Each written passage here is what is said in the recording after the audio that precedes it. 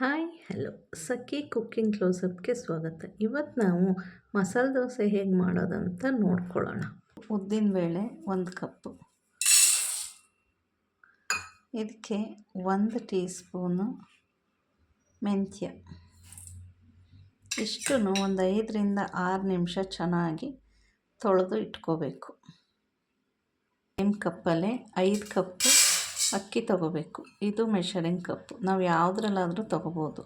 ಇದರಲ್ಲಿ 5 ಕಪ್ಪು ಅಕ್ಕಿ, 1 ಕಪ್ಪು ಉದ್ದಿನಬೇಳೆ ತೊಗೋತಾ ಇದ್ದೀನಿ ನಾನು ಮಸಾಲೆ ದೋಸೆಗೆ. ಮೆಷರ್ಮೆಂಟ್ ಕರೆಕ್ಟಾಗಿ ತೊಗೋಬೇಕು. ಇದು ಈಗ 1 ಹಿಡಿ ತೊಗರಿಬೇಳೆ ತೊಗೋತೀನಿ ನಾನು. ಇಷ್ಟು 1 ಹಿಡಿ, ಇಷ್ಟನ್ನು ಒಂದು 4 ರಿಂದ 5 ಸರಿ ನೀಟಾಗಿ ತೊಳ್ಕೊಂಡು ಇದು ಮುಳುಗೋ ಅಷ್ಟು ನೀರು ಹಾಕಿ ಇಡಬೇಕು.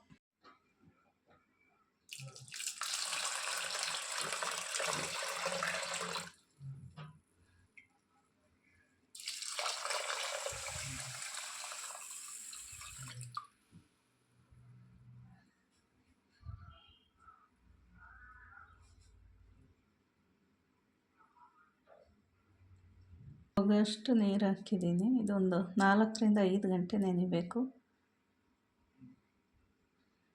ಇದೀಗ ನೆನೆಸಿಟ್ಟು 6 ಗಂಟೆ ಆಗಿದೆ. ಈಗ ರುಬ್ಬೋಣ ಎರಡನ್ನೂ. ಉದ್ದಿನಬೇಳೆ ಫಸ್ಟ್ ರುಬ್ಬೋಣ. ನೀರು ಹಾಕ್ಕೊಂಡು ಸ್ವಲ್ಪ ನೀರು ಹಾಕ್ಕೊಂಡು ಇಷ್ಟು ನೈಸಾಗಿ ಆಡಿಸ್ಕೋಬೇಕು. ಉದ್ದು ಮೆಂತ್ಯನ ನೈಸಾಗಿ ಆಡಿಸ್ಕೋಬೇಕು.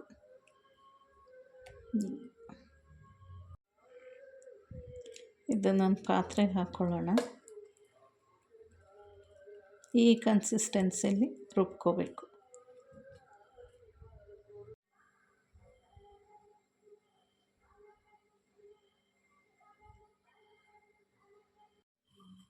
ಅಕ್ಕಿ ಹಿಟ್ಟು ಈ ಕನ್ಸಿಸ್ಟೆನ್ಸಿ ಇದ್ದರೆ ಸಾಕು. ಉದ್ದಿನಬೇಳೆ ಅಷ್ಟು ನೈಸಲ್ಲ, ಸ್ವಲ್ಪ ತರಿಯಾಗಿ.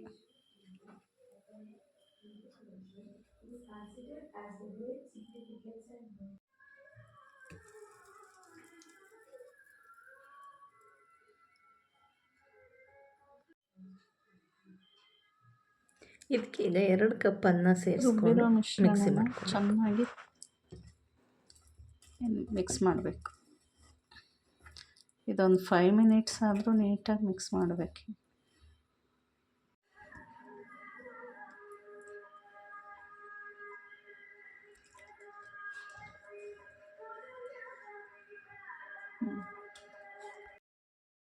ಇದನ್ನೀಗ ಹೋಲ್ ನೈಟ್ ಬಿಡಬೇಕು.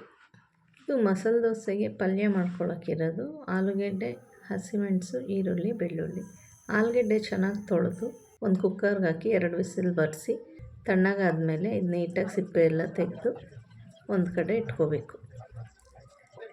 ಇದೆಲ್ಲ ಸಿಪ್ಪೆ ತೆಗೆದು ಇಟ್ಟಾದಮೇಲೆ ಇದನ್ನ 2 ಈರುಳ್ಳಿ ತೊಗೊಂಡಿದ್ವಲ್ಲ ಅದನ್ನ ಚಿಕ್ಕದಾಗಿ ಕಟ್ ಮಾಡಿಟ್ಕೊಂಡು ಹಸಿಮೆಣಸು, ಈರುಳ್ಳಿ, ಬೆಳ್ಳುಳ್ಳಿನ ಸ್ವಲ್ಪ ಗುದ್ದಿ ಇಟ್ಕೋಬೇಕು.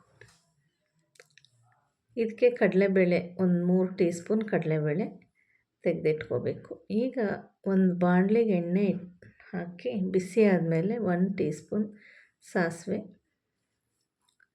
1 ಗರಿ ಕರಿಬೇವು ಹಾಕ್ಕೊಂಡು ಅದು ಸ್ವಲ್ಪ ಫ್ರೈ ಆದಮೇಲೆ ಈಗ ಬೆಳ್ಳುಳ್ಳಿ 6 ರಿಂದ 7 ಬೆಳ್ಳುಳ್ಳಿ ಸೇರಿಸ್ಕೊಂಡು ಕಟ್ ಮಾಡಿರೋ ಈರುಳ್ಳಿ ಮತ್ತು ಹಸಿಮೆಣಸನ್ನ ಸೇರಿಸ್ಕೋಬೇಕು.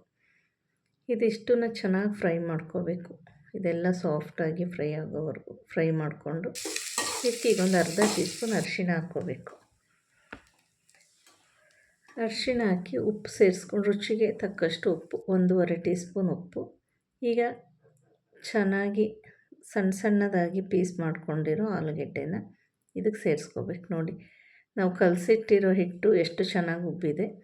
ಈಗ ಇದನ್ನ ಚೆನ್ನಾಗಿ ಮಿಕ್ಸ್ ಮಾಡಬೇಕು. ಒಂದು 5 ಮಿನಿಟ್ಸ್ ಆದರೂ ಮಿಕ್ಸ್ ಮಾಡಿ ಒಂದು ತವಾ ಬಿಸಿಗಿಟ್ಟು ನಮಗೆ ಎಷ್ಟು ಅಗಲ ಬೇಕು ಅಷ್ಟು ಅಗಲ ದೋಸೆ ಸ್ವಲ್ಪ ದಪ್ಪದಲ್ಲೇ ಹಾಕ್ಕೊಂಡು 1 ನಿಮಿಷ ಮುಚ್ಚಿಡ್ಬೇಕು. ಇದು 1 ನಿಮಿಷ ಆದಮೇಲೆ ಇದು ಎಣ್ಣೆ, ತುಪ್ಪ, ಬೆಣ್ಣೆ ಯಾವುದಾದ್ರೂ ಹಾಕ್ಕೊಂಡು ನಾವು ಇದನ್ನ ಬೇಯಿಸ್ಕೋಬೋದು.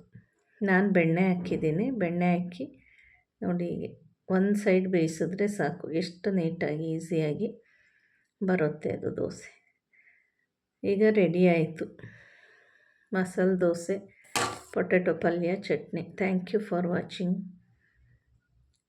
ಇದು ತುಂಬ ಈಸಿಯಾಗಿ ಮಾಡ್ಕೋಬೋದು. ವಿಡಿಯೋನ ಸಬ್ಸ್ಕ್ರೈಬ್ ಮಾಡಿ, ಫಾಲೋ ಮಾಡಿ.